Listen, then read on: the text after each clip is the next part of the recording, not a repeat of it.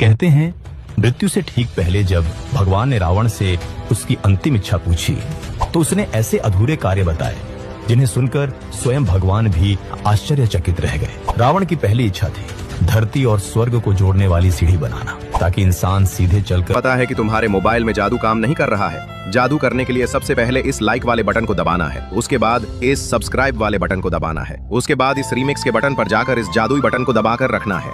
देखो बेटा, जादू हो गया। अगर तुम्हें विश्वास नहीं है मेरी बातों पर तो बेटा तू खुद ही करके चलकर देवताओं की नगरी तक पहुंच सके। सोचिए अगर ये संभव हो जाता तो स्वर्ग और नर्क का रहस्य हमेशा के लिए खत्म हो जाता।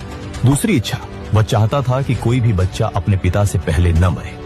रावण के अनुसार यह दुनिया का सबसे बड़ा अन्याय है। उसकी इच्छा थी मृत्यु को एक नए नियम से बांध देना।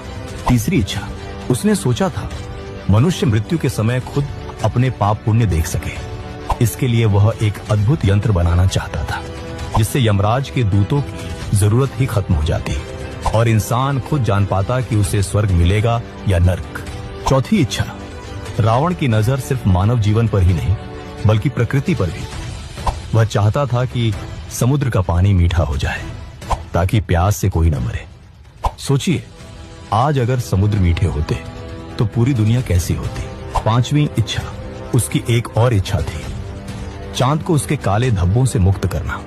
वह चाहता था कि चंद्रमा श्वेत और निर्मल हो जाए, एक ऐसा प्रकाश जो अंधकार को पूरी तरह मिटा दे।